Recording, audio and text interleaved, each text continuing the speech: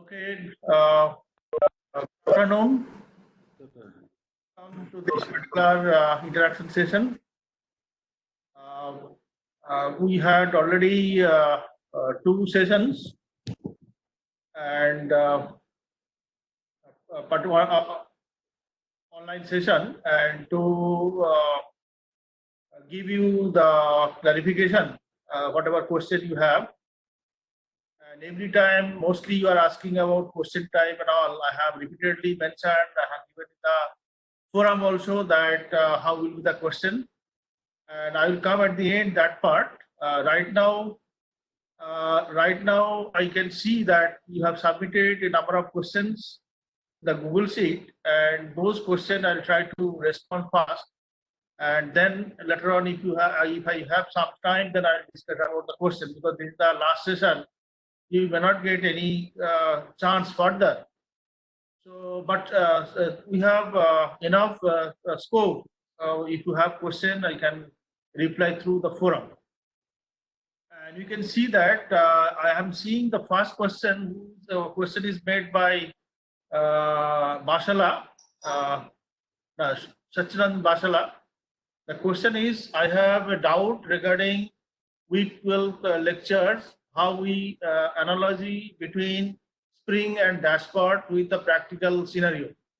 This is actually when you, any system, whatever we do analysis mathematically, in fact, actual system is quite complex, and to understand and analyze and to get a meaningful quantities, we always model the system. So similarly, dashpot, spring dashpot model is a model to analyze the machine foundation vibration problem. And we can see that generally a foundation will be there on the soil, and then on the foundation your machine will be connected, and so the through machine vibration will be transferred to the foundation, and that foundation vibration will be transferred to the foundation soil through the foundation. And but the soil and foundation, the system is quite complex to understand easily. We generally model it as a spring dashpot model. So entire soil we remove and we imagine as a the footing resting on a. Similarly, we assume a dashpot which actually helps to reduce the damping amplitude, which is damping. So this is the way actually we do. And then when we replace the soil by a spring, then what will be the characteristics of the spring?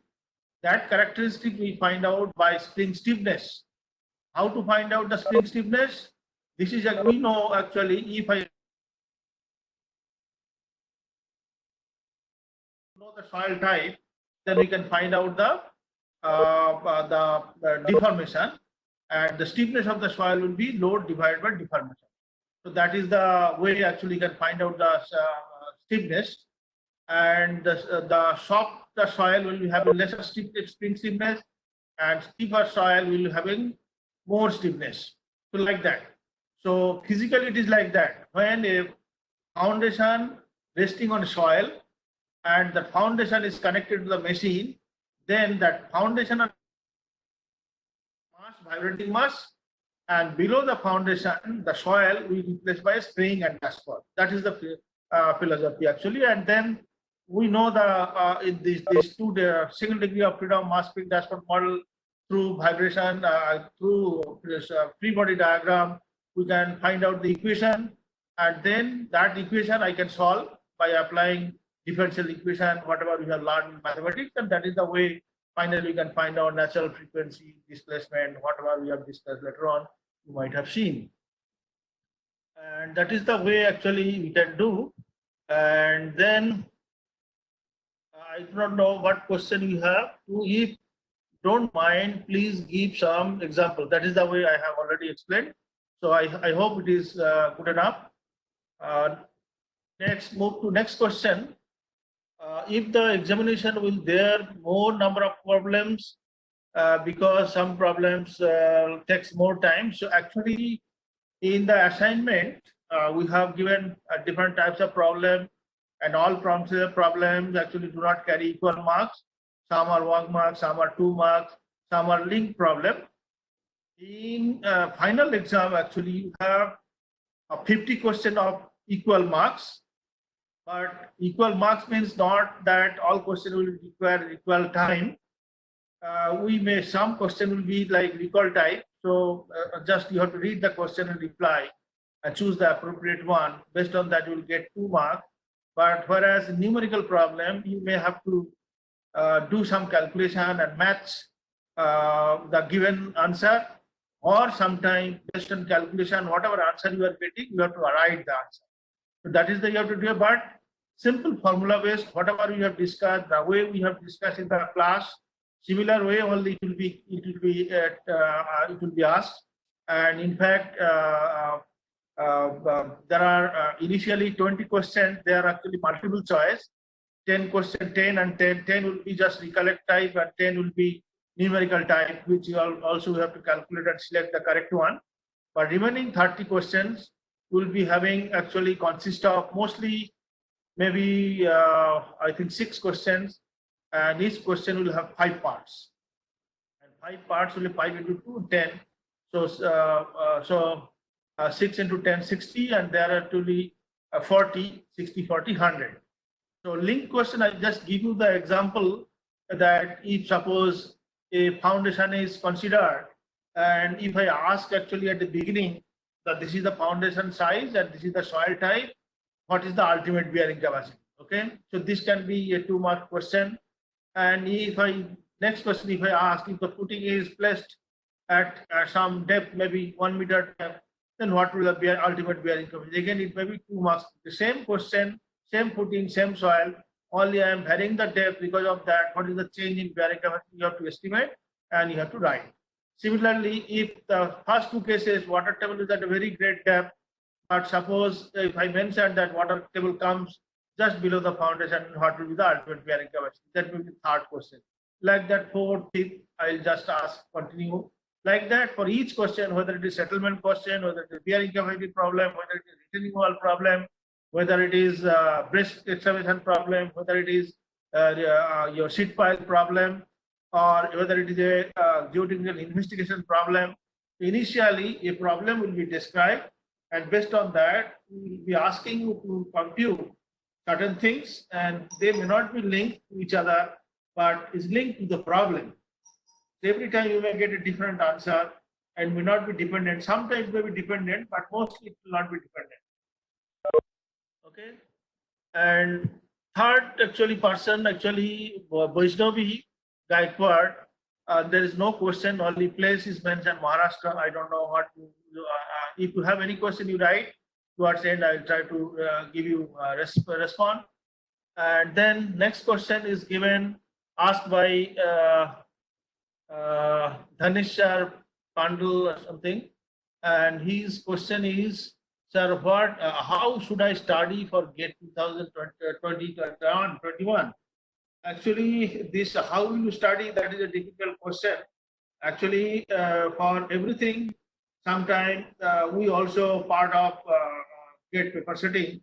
So the type of question we setting here and almost similar. That means you have to study things, foundation engineering in very detail. Somewhere some things will be specifically asked, some detail will be given. You have to apply some formula, and based on that, you have to find out some quantity. Sometimes a lot of information will be there. Based on that information, you have to collect or decide final conclusion. Like that question will be there. And nowadays, of course, in my opinion, if you read 1 or 2 books very thoroughly and try to understand, then perhaps I am talking about soil mechanics. If you want the GATE exams, depends on soil mechanics and foundation. There are other components like structural engineering, water resource engineering, transportation engineering. All those components I will not be able to tell. Only I can tell you that soil mechanics or geotechnical engineering part, one soil mechanics, good soil mechanics book and one good foundation engineering book if you thoroughly study and try to understand, then perhaps don't read any guide. There, of course, if you want, you can have. There are plenty guide book available in the market. There are plenty coaching center also available. People are going there. But in my opinion, if you can study thoroughly that book, perhaps great exam one can go through without any difficulty. Next person again, Madhukar Manda. Here also he has not put any question. He simply wrote yes. I do not know what does it mean. And in fact, if you have any question, you can put it there. I can come towards the end your question. Let me go to the next one. For example, this question is given by Pranav, and he has asked actually in the deep excavation of unsupported cart, the lateral pressure for sand is constant throughout, but in the lateral earth pressure theory, it is linearly varying. Why? This is a good question. Actually, in the retaining wall, when the soil actually, there are three different conditions is there: that active, passive, and at rest condition. And in fact, when it is whether it is active, passive, or at rest condition, soil pressure with depth will be linearly increasing. That is true. And when it is active pressure, we generally multiply by coefficient of active earth coefficient of active earth pressure. When it is a passive pressure, then we can multiply by coefficient of passive earth pressure. And when it is earth pressure at rest, then we multiply by coefficient of earth pressure at rest. So like that we do. Whereas when it is a breast excavation, it is a temporary excavation and we support it. And generally that support system we have to design actually. It is that design, for the design actually, we need to find out the pressure or load on the support. And for that, in fact, on the pressure exactly under this type of situation, how will be the pressure actually is not known clearly.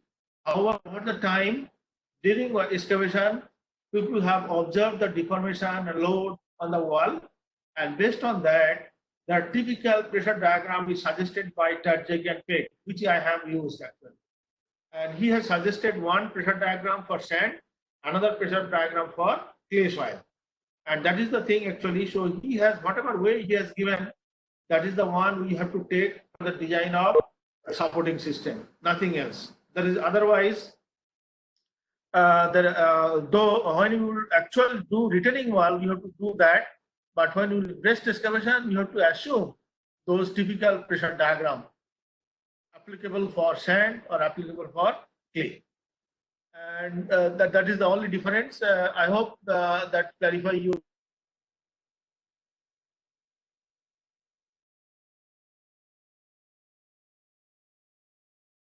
To the next question, it is also given, it is asked by Prashant Soni, and his question is, sir, in bulkhead pile, the bulkhead pile, not pile, the sheet pile, when you provide anchor, the sheet pile will act as a prop cantilever wall. So the backfill soil should be considered at rest condition and not active. No, it is not so. In fact, the bulkhead means actually what? Generally, when the excavation is shallow or limited depth, maybe some 2 meter, 3 meter, 4 meter, whatever maybe. In that case, simply without support, if you construct the wall, there may not be any problem. Okay, when you make a deeper excavation, then wall deformation increases. Lateral deformation of the wall become very large. To prevent that deformation, we generally connect through anchor, and that's it. That is actually bulkhead. That is actually nothing but bulkhead or anchored sheet pile wall. And in that, actually, it is not totally prevented from movement. That point only movement is may not be there, but above there is movement, below also there is movement. The sheet pile wall will move actually in a particular fashion. So, so because of that, not really as a cantilever, and we are holding almost or preventing the soil from yielding. Soil still will be yielding, but it is restricting the movement. So that is the way we use.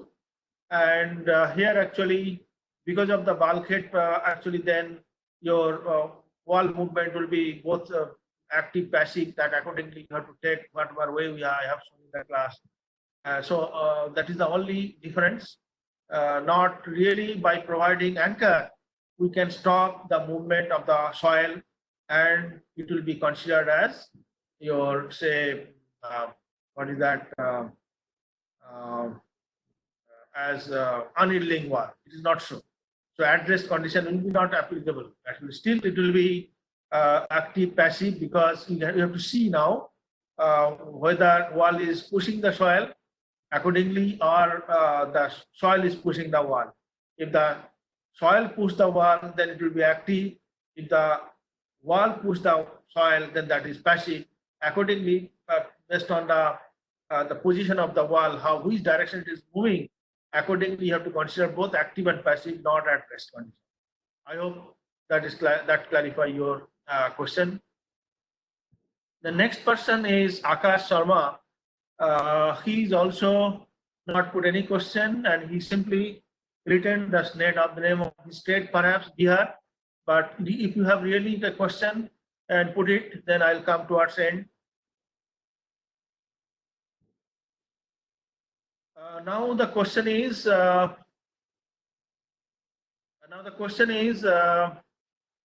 One more question is given by Hafizul Ali Khan. And I know about any question answer. I do not know what is the question. What is the question here? I did not understand the question. So if you have really question, then repeat it at the end. Then I will take it at the end.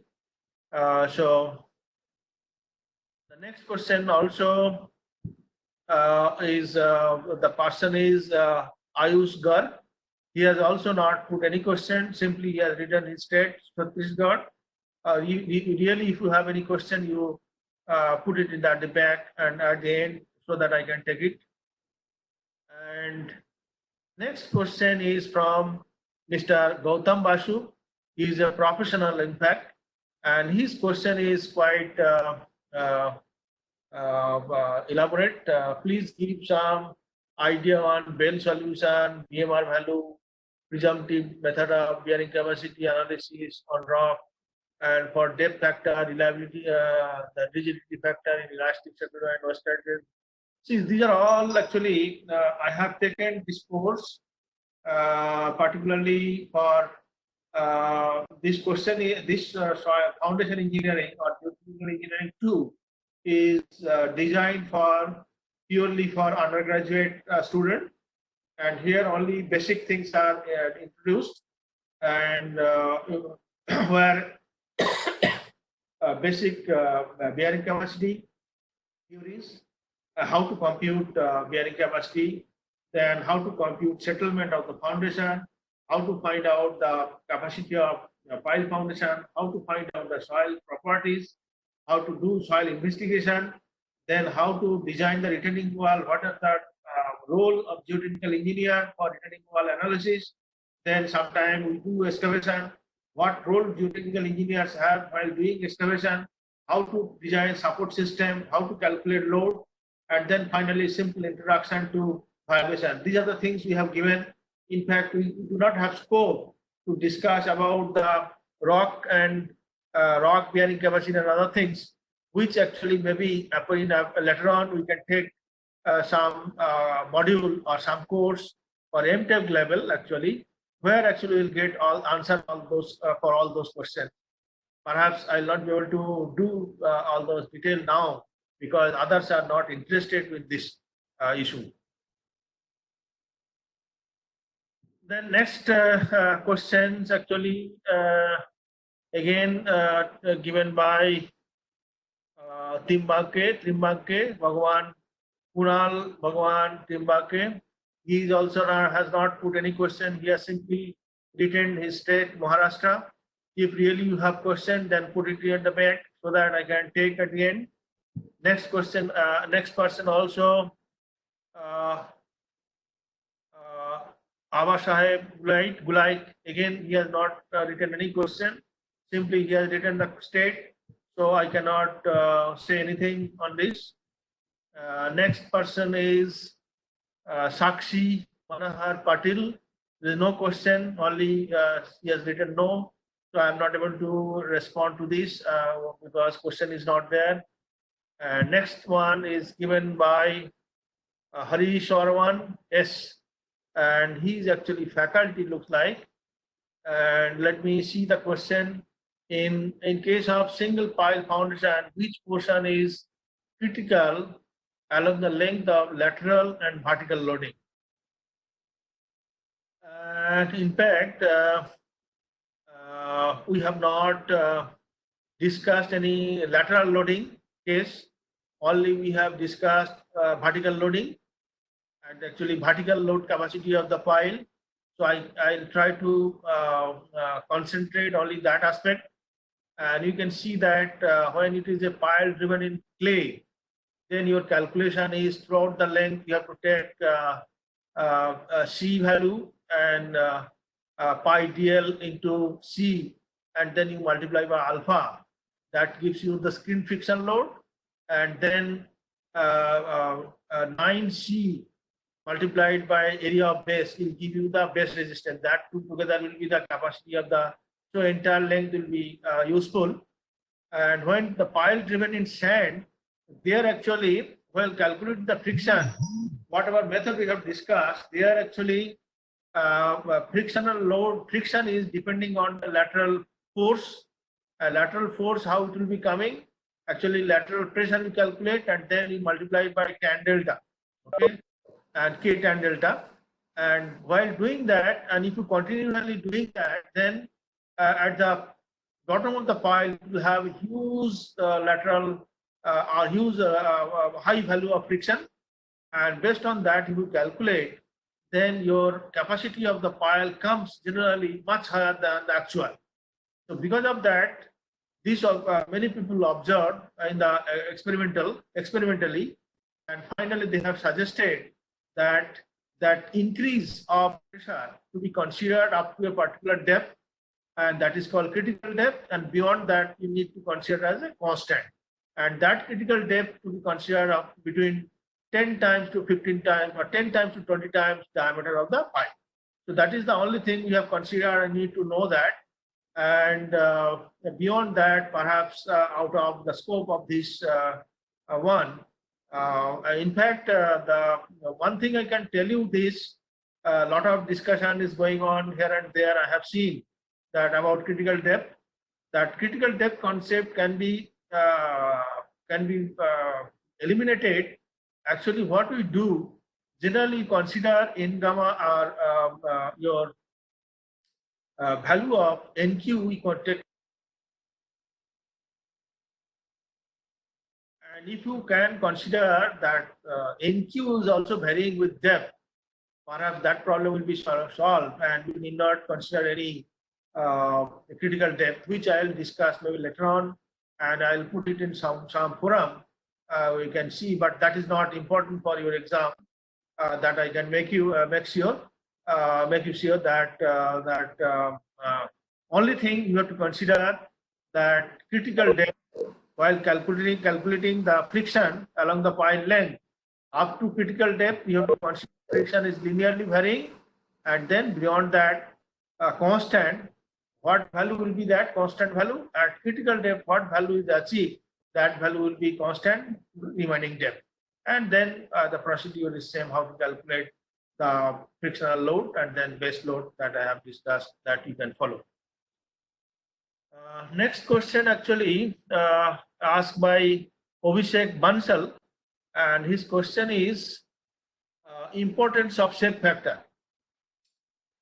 In fact, the bearing capacity and all, shape factor, depth factor, increment, there are so many factors. And if you see the book, you will see the plenty of equations, and you will be lost. It's difficult to remember. And when you ask such type of question, we generally give the equation that what is the depth factor, how to calculate. We keep the equation. You have to based on the depth and width of the footing, you can find out that. But in this exam, very difficult to give all information, and because of that, I'll try to set the question paper in such a way that where these factors are not required. Suppose if it is a circular footing or if it is a strip footing, what is the formula? Just strip footing is CNC gamma gamma NQ plus half gamma BN gamma. Similarly, if it is circular footing, then what it is 1.3 CNC plus gamma NQ plus 0.3 gamma BN gamma. So like that, those things actually to be practiced. And if you want to know what is depth factor, shape factor, etc., plenty books are there. You can see. You can actually, when you design, you can refer the book. You can calculate those. But for the exam, actually, generally, a particular shape for which you need not calculate anything. You can just directly apply the formula. So it is important while designing where actually you can refer the book. For in the exam, generally that which is not that important. What are the formula given for known shape? For example, a square, rectangle, not rectangle, strip, circular, and square. Some example, some equation I have given. That equation you try to remember. That should be enough for your examination. Next question again is asked by Peter Chandran. He also looks like faculty, and his question is: please explain about the necessity of deep foundation on rock. Deep foundation on rock, actually, I have also not discussed. Okay, deep foundation on rock. In fact, if soft rock, that maybe sometime maybe necessary, but otherwise, when we find out deep foundation, when we do not get good soil, generally we go up to the good soil. Actually, that is the part. So if we reach the finally, we try to rest the pile end on dense sand or on the rock. So on the rock, how no need of deep foundation. In fact, if required, there may be some other advanced level to discuss. But right now, particularly for this course, deep foundation on rock, I have not. I remember that I have not discussed, at least in this course, and this is not feasible here. And next question asked by again the Professor Ajit Kumar. Just simply he has mentioned hi. There is no question, so I cannot do anything. Next question is by Farooq, perhaps, and he's a student in the course. He has been asked in the course the design example. We look at hand. We look at a hand war burden of either sand or clay. How will the analysis be if the war burden is silty sand or silty clay with sand?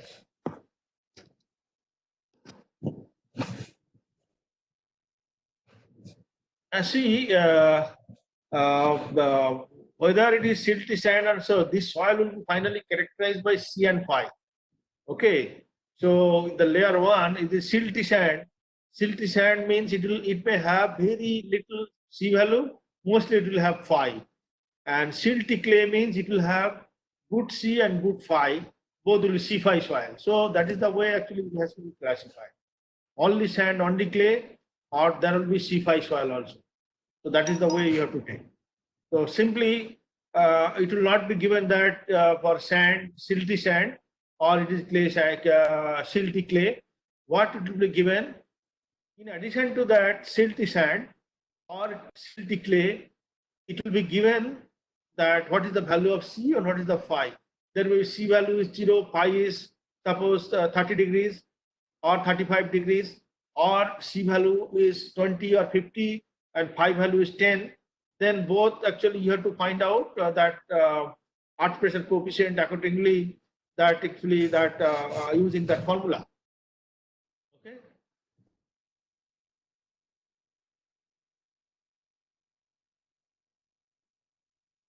Next question is by Pawan Pramod, and his question is, please explain the investigation method in the pile foundation. Investigation method, all investigation is same. There is no separate investigation for pile foundation. When pile foundation will be up to 30 meters, and then actually at least 3 times the diameter of the pile, you have to go deeper. So that if it is a 1 meter pile, so 30-meter depth, actually you got 25-meter depth, at least 30-meter depth, actually you have to investigate. That means you have to make gold log, collect sample up to 35-meter depth, and you have to test it and find out what are the different, if there is a different layerings, all layerings to be classified, mentioned, and accordingly load to be calculated. There is no separate investigation procedure for pile foundation. It will be same. Soil investigation will be similar for everyone, every type of soil. And only thing is, when if the pile foundation is suppose 20 meter, then you have to go at least 3 to 4 meter deeper than the depth of the pile. That is the only difference. If the shallow foundation actually is to be found at suppose 1.5 meter depth, and foundation width suppose is 3 meter, then 3 meters actually 3 times of B, that means 9 meter, and 1 meter, 1.5 meter already 10.2, 10.5 meter at least you have to soil investigation. You have at least you have to carry out, but instead of 10.5, you have to do slightly more, maybe 15 meter. So only whether it is shallow foundation or depth foundation, the procedure is identical. Only for deep foundation, you have to go deeper. That's the only difference. And this question is by Aishwarya, and her question is in our assignment number 6, there is reference for question number 10 was wrong. They said to use data of question number 8, but actually it was best no question number 9. And also we did not get any suggestion about this. I have to see that, and then accordingly, if there is any mistake, then we have to take care. Not much. I cannot tell what mistake was there. I'll not be able to tell that. So I'll see and let you know if there is any mistake through forum. And then there is again the student Rahul More. Here also he has written all the state, no question, so I cannot help. And then this question is asked by Rahul More again. Sir, there was a slight correction in question number 10 of assignment 6. The question for reference was given wrong, and also we were not informed later. So this question was asked by someone else also. We'll see this together, and if there is any correction to be made, I will make it.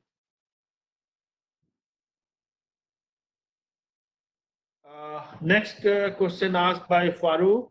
Again, I think he was before, there was some question, and once again he has come. When doing geotechnical investigation, what are the guidelines, or how will you select the depth of monitor groundwater level?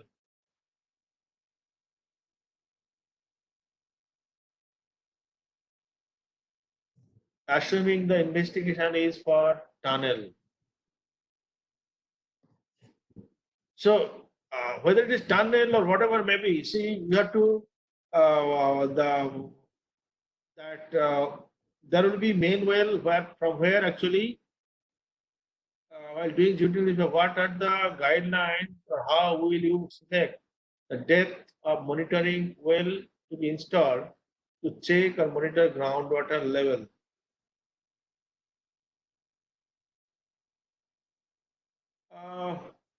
This question is not very clear. Water table monitoring means exactly if you if there is water table, and if you make a borehole, you see the water table. That's all. And what else? I do not get actually what you want exactly.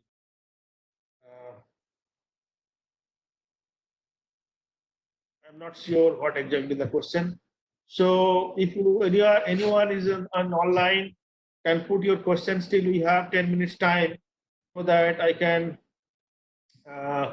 clarify. Otherwise, in the meantime, I just talk. Let me talk about your your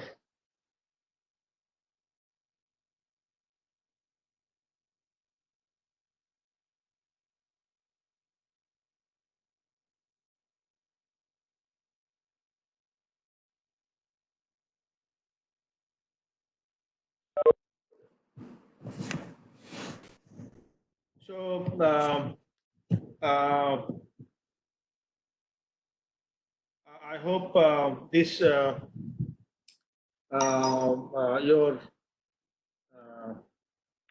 uh,